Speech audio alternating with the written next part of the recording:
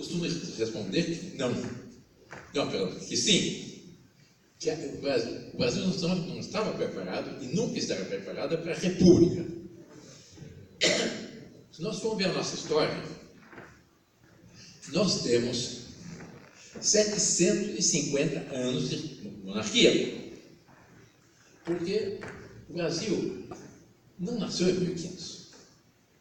O Brasil nasceu com Portugal. Seria a mesma coisa dizer que o Brasil nasceu em 1500, seria a mesma coisa que dizer que eu nasci em 1941 e que o meu passado não existe. Na realidade, nós somos uma continuação de Portugal, da gloriosa história de Portugal. E o Brasil exatamente nasceu com Portugal. O nosso pequenino Portugal era um condado até 1139, exatamente 750 anos atrás. Quando a Península Ibérica invadida pelos mouros, e os mouros estavam sendo combatidos pelos cristãos, chefiava as tropas do cristão o conde Afonso Henriques, Dom Afonso Henriques, da casa de Borgonha. Borgonha é um ramo da Casa Real de França. E ele devia enfrentar, na região de Eurique, ao sul de Lisboa, hoje Lisboa, uma tropa muitíssimo mais numerosa dos mouros. Ele, à noite, à véspera da batalha, eu dormindo sonhou, que lhe aparecia um ermitão e me convidava para segui-lo no campo. Quando estava sonhando, ele ouve alguém bater na estaca da sua tenda. Ele se levanta. Naquele tempo os guerreiros dormiam armados, vestidos. Ele abre a sua tenda e dá de frente com esse ermitão, que o convida para segui-lo no campo. Ele o segue e, perto nos rochedos, está nem mais nem menos do que com Nosso Senhor Jesus Cristo, com os braços abertos em cruz. E ele, bem ilusitadamente, nós, que sendo português somos tanto cabeça dura, volta para Nosso Senhor e lhe diz: a que fim me aparecer, Senhor? Quereis porventura acrescentar fé a quem tem tanta?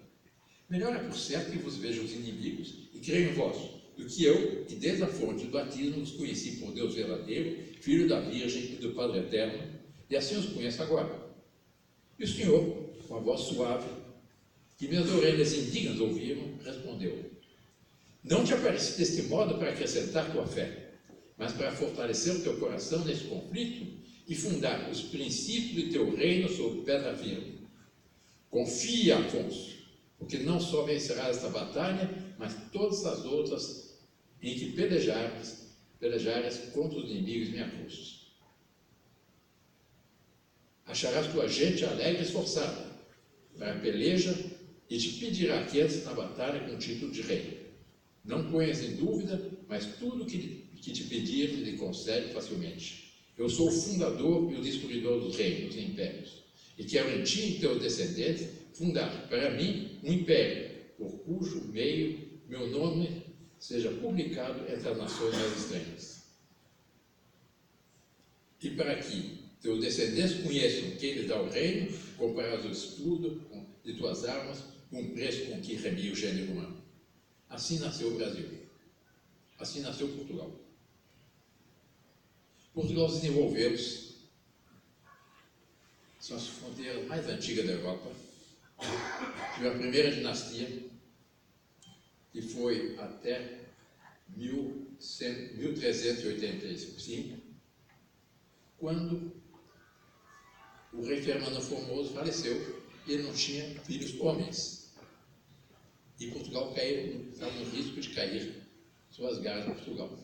É uma rebelião dos portugueses, não aceitando a dominação espanhola.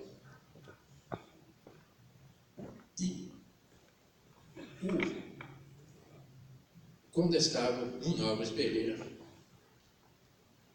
comandante das tropas portuguesas, indicou que o herdeiro deveria ser o prior do Crato, o mestre Avis, que foi o futuro rei Dom João I, um grande rei, dos maiores reis da história de Portugal.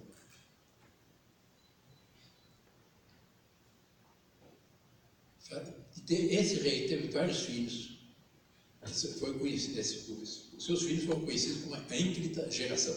É o rei Dom Duarte, o infante Santo, e o que mais marcou a história foi o infante Dom Henrique, que fundou a escola de Sagres, de onde saíram todas as navegações. Os estudos náuticos, estudaram as correntes, os ventos, e assim isso possibilitou que Portugal se desenvolvesse e fosse aos poucos conquistando os mares. E um século depois, pouco mais de um século depois, saiu exatamente de Portugal a escola de Cabral. Depois da conquista da Índia, saiu a escola de Cabral. Oficialmente destinada à Índia. O destino era a Índia. Na realidade, eles vieram para o Brasil. Porque eles já sabiam que o Brasil existia. A prova disso é que, sabendo exatamente que haviam terras a oeste de Cabo Verde, fizeram um tratado de Tordesilhas em 1494. Isto é 6 anos antes da vinda de Cabral. Pelo qual aquele tratado em que se dividiu o mundo entre a Espanha e Portugal, aquela linha, foi afastada durante por 70 léguas a oeste de Cabo Verde. Tanto que os portugueses não falam descobrimento do Brasil, falam achamento do Brasil. E quando o Cabral que chegou, não encontrou nem mais nem menos João Ramalho, que era português, e estava aqui. Certamente foi um degradado, ou que foi uma pessoa que foi abandonada numa dessas naus. Os portugueses não revelaram que haviam descoberto essa região. Dizem que os portugueses não são muito inteligentes, na verdade são muito mais espertos que a gente pensa. Os portugueses vendo que havia espiões franceses, holandeses, ingleses, que iam a Sagres para roubar os mapas. O que eles fizeram? Fizeram mapas falsos. Para que os navegantes perdessem. E assim foi descoberto o Brasil. O Brasil passou a ser todas as terras a leste da linha de Tordesilhas, que é uma linha que ia de Marajó até ao norte, até a cidade de Laguna, ao sul, em Santa Catarina. Era um território pequeno. Para ver o que era a alma do português, o espírito empreendedor português, 80 anos depois do descobrimento, é um pequeno detalhe. Antes disso, eu queria lembrar a Carta de Caminha. A Carta de Pedro Vaz de Caminha é uma carta profética. Em que Pedro Vaz de Caminha não só descreve as belezas naturais do Brasil, a riqueza da terra. Quando ele fala em a terra darivosa e boa, se plantando em todo lugar, descreve os primeiros contatos dos portugueses com os índios. Como os índios assistiam à primeira missa, quando pela primeira vez aqui esteve com seu corpo, sangue e alma divindade ao nosso Messias, ao nosso Senhor Jesus Cristo, na consagração. E os índios não sabiam o que estava se realizando, mas intuíram que algo sagrado se realizava. Então, o primeiro monumento erguido em nossa terra, que foi uma Santa Cruz. E Caminha descreve como se ergueu essa Santa Cruz, como os índios ajudaram os portugueses a erguer essa Santa Cruz.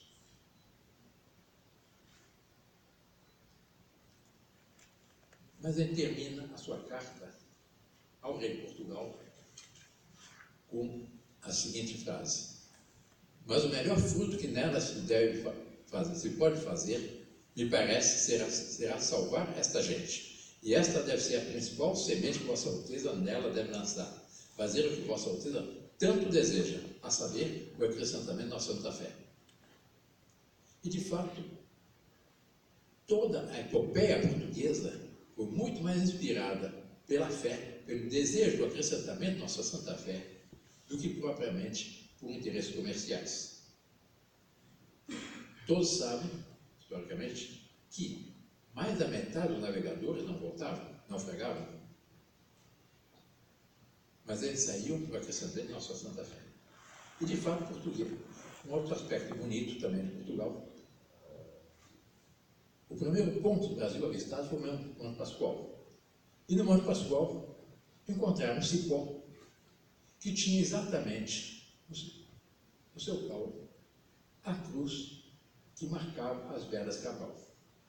O apóstolo Paulo Cruz, pode ver aqui.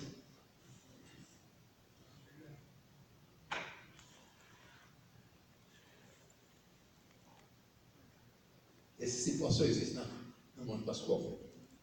Mas é mais um sinal da predileção de Deus nosso Senhor pelo Brasil. Mas assim continua a nossa história.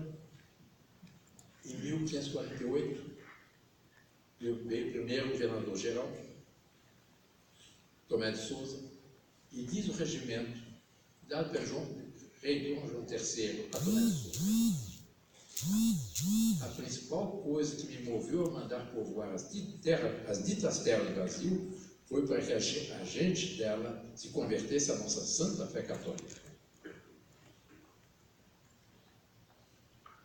Alguns anos depois, 1580, o Brasil cai sob a dominação espanhola.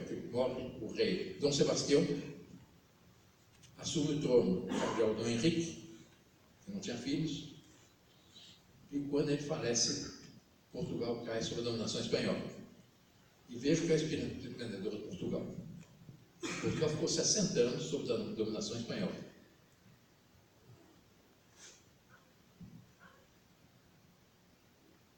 Em 1640, Portugal voltou a ser independente. Ou chamada famosa Noite dos Conjurados, em que se aclamou, nessa ocasião, um descendente exatamente do condestável Nunaus Pereira, que havia sido quem havia defendido Portugal contra os espanhóis depois do falecimento do rei Fernando Formoso. Foi o Bento Alves Pereira, hoje é santo de altar. Foi canonizado pelo Papa Bento XVI recentemente, e que é o fundador da Casa de Bragança. E assume o seu descendente, Duque de Bragança, depois de uma rebelião contra os portugueses, contra os espanhóis. E se restabelece a independência de Portugal. Então, a primeira casa foi Borgonha, a segunda foi a Viz, e a terceira, a de Bragança, que, por sua vez, dividiu-se em 1822 com a proclamação de independência. Mas, continuando na nossa história, em 1640, 60 anos depois de 60 anos de dominação espanhola, foi feito o Tratado de Madrid, em que estabelecia uma nova fronteira na América do Sul, em que reconhecia o princípio Possidetis. Isto é, aqueles que colonizaram uma região passaram a ser, essas terras passaram a pertencer àquele reino. E o Brasil, que é uma pequena faixa de terra, que ia de Laguna, de Major a Laguna, passou a ser essa grande nação que nós somos hoje, esse grande país. Passou praticamente as atuais fronteiras do Brasil com relação aos nossos irmãos hispano-americanos. Aí vem o que é o espírito empreendedor de Portugal. Aliás, é bonito ver como Portugal, esse país pequeno, exatamente cumprindo o que nosso Senhor Jesus Cristo havia ordenado a Dom Afonso Henriques. Portugal conquistou, por ocasião de navegações, praticamente a metade do mundo. Portugal, naquele tempo, tinha menos de 1 milhão de habitantes. Mas conquistou a África, a Índia, a China, o Timor, colonizou o Brasil. Em 1640, ocasião exatamente da separação de Portugal da Espanha, o Brasil passou a ser a joia da coroa. E o príncipe herdeiro da coroa de Portugal passou a ter o título de príncipe do Brasil. Então, a importância que Portugal dava ao Brasil. E assim depois tivemos 1808, com as invasões napoleônicas, e Dom João VI, o príncipe Dom João, que era regente, porque naquele tempo ainda vivia a sua mãe, a rainha Dona Maria I, foi uma grande rainha, infelizmente, mal vista pela historiografia maldosa da República, mas foi uma grande rainha. Ela reinou efetivamente em Portugal durante 21 anos, e em Portugal era conhecida como Dona Maria a Piedosa, a grande devota do Sagrado Coração de Jesus. E ela construiu a primeira basílica em homenagem ao Sagrado Coração de Jesus, que é a Basílica da Estrela em Lisboa. Mas, por ocasião da Revolução Francesa, vendo as notícias trágicas da França, a morte do rei Luís XVI, ela teve perturbações nervosas e não tinha mais condições de continuar como rainha. E aí assumiu o poder como príncipe regente o seu filho, Dom João. Dom João, por ocasião das invasões napoleônicas, vendo que o pequeno Portugal não teria condições de resistir às tropas coligadas com Napoleão da Europa inteira, preparou uma retirada estratégica brilhante. A vinda de Dom João não foi uma fuga, foi uma retirada estratégica longamente preparada, em que ele foi se equilibrando entre a França e a Inglaterra muito espertamente. Napoleão odiava Dom João VI. Podia dizer que foi o único rei que me enganou. Aos demais, ele vencia no campo de batalha e os submetia. Assim foi com a Prússia, assim foi com a Áustria, assim foi com aqueles vários reinos da Europa Central. Dom João não. Dom João veio para cá e garantiu com isso a continuidade do mundo luso. Ele aqui chegando, deu-se conta que um estudo, um projeto, um grande paulista, era o futuro do mundo luso, de José Bonifácio, que sugeria a formação de uma comunidade das nações de língua lusa, englobando Portugal, Algarve, o Brasil, Angola, Moçambique, a parte da China colonizada pelos portugueses, da Índia colonizada pelos portugueses, o Timor, lá do outro lado do planeta, com capital no Rio de Janeiro. Isso explica a extraordinária ação de Dom João VI durante o período que aqui esteve. Explica também por que Dom João não voltou imediatamente a Portugal logo depois da derrota de Napoleão em Waterloo, que foi em 1840. Pelo contrário, ele aqui permaneceu. Em 1815, ele formou oficialmente o Reino Unido, Portugal, Brasil e Algarves, com domínio sobre todo o resto do mundo luso, com capital no Rio de Janeiro. Euclides da Cunha, republicano histórico, insuspeito, diz em um de seus livros, nunca se sentiu a ação do governo central com tanta intensidade no Brasil quanto no período em que aqui esteve Dom João VI. De fato, ele formou Jardim Botânico, as primeiras escolas de medicina, a primeira escola de engenharia, o arsenal de marinha, a escola naval, a academia militar, a escola naval. Ele nunca queria ter a Escola de Belas Artes, o Banco do Brasil, o primeiro banco da história de Portugal, o Banco do Brasil, lançou todos os fundamentos da nossa nacionalidade. Ele só voltou para Portugal, forçado uma revolução no Porto, que ameaçava lançar Portugal num caos semelhante à Revolução Francesa. Isso, ele então voltou, mas teve a sabedoria de deixar o seu filho mais velho, o herdeiro da coroa, como regente. Ele deu um último conselho. Meu filho considera que o futuro não está na velha criação da Europa, mas sim nesse país promissor. Põe esta coroa em tua cabeça, antes que o aventureiro faça. O resultado é que nossa independência, diferentemente dos nossos irmãos pan-americanos, não resultou das ambições dos caudilhos que queriam ser presidente da República, a sua respectiva área de influência, não resultou de revoluções sangrentas, que custaram milhares de mortos, mas foi muito mais uma emancipação de um filho a conselho paterno. Com isso nós mantivemos a nossa integridade territorial política, social e psicológica admirável e invejado por nossos vizinhos. Eu me recordo uma vez, fazendo uma palestra numa universidade, na Universidade del Mar, no Chile, que em Viana del Mar seria equivalente ao Chile, ao ITA aqui no Brasil, para a nossa Força Aérea. Os almirantes, vários almirantes presentes, todo o almirantado chileno, uns almirantes me disseram, o que diferencia o Brasil dos países pan-americanos foi exatamente a forma que foi feita a independência. E a nossa tragédia, diziam os chilenos, é que não havia em Madrid um rei com a sabedoria de Dom João.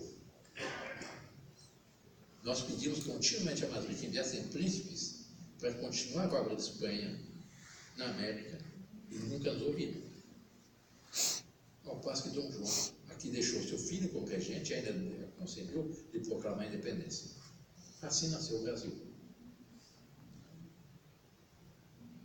O Brasil teve a sua primeira Constituição em 1824. A independência foi em 22. Dá para ver no que é o Brasil naquele tempo. O Brasil, em 1822, somando os negros, os índios e os brancos, tinha 4 milhões de habitantes. E é por isso que naquele tempo o Brasil passou a ser uma nação unitária e não uma federação. Havia várias províncias, mas passou a ter um governo central para exatamente evitar a tendência ao separatismo semelhante ao que houve nos países de língua hispânica. Isso garantiu a nossa unidade. Nós tivemos a primeira Constituição, a Constituição de 1824, que foi, do ponto de vista técnico, a melhor Constituição da nossa história. Não há professor de direito constitucional que negue essa realidade. Foi uma Constituição simples, precisa e concisa, que trata das questões essenciais das grandes linhas do governo, da formação e da coesão da nação. Dizem as más línguas que uma Constituição tirânica, outorgada. Nós, monarquistas, refutamos, dizendo que foi a mais democrática de nossas constituições. Porque, de fato, o que aconteceu? Foi convocada uma constituinte, e depois de algum tempo se deram conta do óbvio. Assim como não se pinta um quadro com 50 pincéis, não se redige um texto com 50 penas. A constituinte, depois de um caos inicial, foi dissolvida, foi escolhida uma comissão de sábios que redigiu a nossa primeira Constituição. Depois, esse projeto foi enviado a todas as câmaras municipais do Brasil para receber sugestões. E aí foi feito o texto final, com a aprovação das várias câmaras municipais. Nesse foi a mais democrática de nossas Constituições. Diferentemente da última Constituição, no qual os próprios constituintes reconheceram que muitos artigos nem foram discutidos. Foram passados no grupo 60, 70 artigos, sem qualquer tipo de discussão na Assembleia Nacional Constituinte. E nós temos hoje a Constituição de 1988, que, conceito técnico, é um desastre, porque é uma Constituição de índole parlamentarista com um governo presidencialista, que tem algo esquizofrênico que os próprios governantes reconhecem que ela é inviável. Já teve não sei quantas emendas. Hoje em dia, praticamente uma colcha de retalhos. E ainda estão para fazer novas emendas, aliás, com razão, no momento atual. Nós tivemos o Primeiro Império, foi até 1831. Houve a abdicação da Pedro I, o período da regência até 1840, e os historiadores dizem que foi um período, uma experiência republicana em plena monarquia. Revoluções, problemas internos, e os próprios constituintes chegaram à conclusão, os próprios regentes chegaram à conclusão que a solução para garantir a continuidade, a unidade da nação, é antecipar a maioridade a um menino com 15 anos incompletos.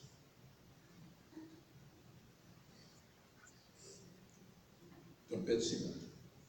Ele assumiu o trono, ele era, de fato, de direito, imperador do Brasil desde 1831, proclamando a abdicação do seu pai. Mas ele passou a ser de direito e, de fato, em 1840, quando tinha 15 anos incompletos. O Brasil imediatamente pacificou-se, graças ao Duque de Caxias, e graças a exatamente o fato de haver na chefia da nação um imperador que tinha perfeitamente consciência do que seja a missão de um rei ou de um imperador da nação. E sobre isso vai me estender um pouco mais. Antes de tratar propriamente da questão da missão, eu lembro que foi dito aqui, logo no início, nas primeiras palavras, dos primeiros expositores, que de fato a boa não posso ter na criação é monarca, não é republicana. A primeira das monarquias é a célula base da sociedade, a família, em que o pai é rei, a mãe é rainha e os filhos são os príncipes herdeiros. Esse princípio vale para uma fazenda, vale uma empresa, vale para absolutamente toda a organização social. A república é uma utopia. Não funciona. Eu me recordo uma vez uma palestra nos Estados Unidos. Eu fiz várias palestras lá sobre questões sociais, outras questões históricas, mas não ia dar para defender a monarquia. Mas os americanos são loucos por monarquia, nobreza, príncipe, princesas, etc. Todas as palestras terminavam com perguntas a respeito da monarquia, da nobreza, dos príncipes, das princesas. Numa dessas palestras, no sul dos Estados Unidos, tinha falado para os grandes empresários americanos, aqueles mega empresários do petróleo, etc., no sul dos Estados Unidos. Numa dessas palestras, uma pessoa me perguntou, no fim, então, se eu era monarquista. Eu fiquei, por que eu era monarquista? E a principal razão é que foi dada aqui que a boa ordem pós-política criação é monárquica. Depois expliquei como o Brasil, mas deu certo, E aí um grande empresário levantou a mão e disse, não concordo. Eu acho a república superior, mas na república qualquer um pode ser chefe de Estado. Em segundo lugar, o povo escolhe livremente seu chefe de Estado. Se o senhor está me provocando, agora ouça. Dizer que qualquer um pode ser chefe de Estado é a mesma coisa que dizer que qualquer um pode vencer a loteria. Ninguém que tem a cabeça em cima do pescoço vai organizar sua vida a partir do princípio que vai vencer a loteria. Em segundo lugar, tem que o povo escolhe livremente seu chefe de Estado. Numa eleição presidencial, nem aqui nos Estados Unidos, nem mesmo no Brasil, em nenhum lugar, o povo escolhe seu chefe de Estado. O máximo que nós fazemos é optar entre 2 ou 3 alternativas que os grupos de poder que dominam os partidos nos apresentam. Mas se o senhor está tão convencido, disse ao empresário, das vantagens da República, por que o senhor não proclama a República na sua empresa? A cada 4 anos, eleições gerais, sufrágio universal, vai votar todo mundo. O faxineiro, o mecânico pós-petróleo, o chofer, o chefe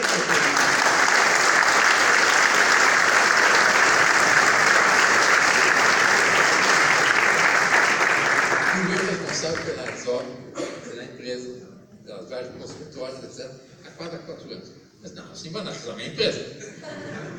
Uma coisa, não funciona. Alguém poderia dizer, mas e essa última eleição do Brasil? O povo não escolheu o atual presidente? O povo, sim, escolheu. Escolheu entre 2 do poder do Brasil. Porque o povo brasileiro se deu conta que estava sendo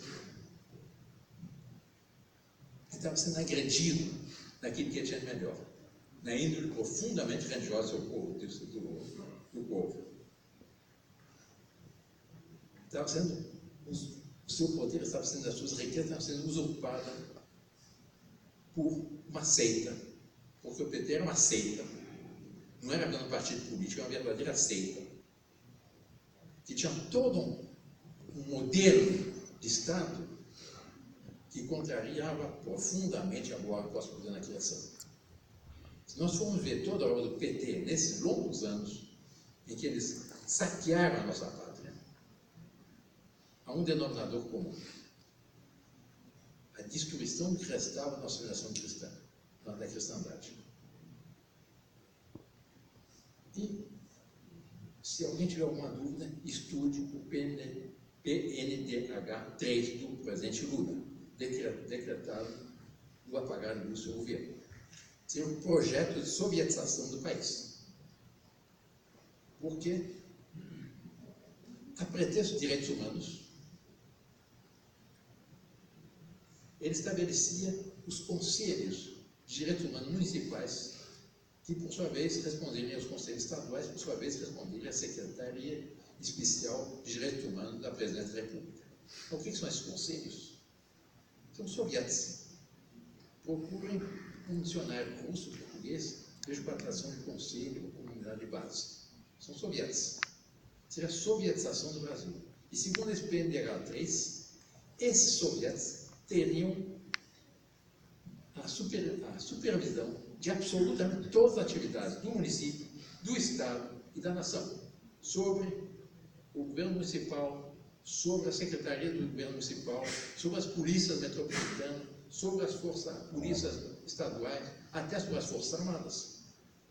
Todas responderiam, em última instância, em última análise, à Secretaria Especial de Direitos Humanos da Presidência da República, seria o Soviético Supremo. Vale a pena estudar com cuidado, sobretudo militar aqui presente, esse projeto, para ver até que ponto eles tinham um projeto que seria contrário às nossas tradições, contrário às tradições que nós herdamos de Portugal, que foi a nossa fé católica, a nossa organização da Terra de Santa Cruz. Em 2016, os brasileiros deram conta que estavam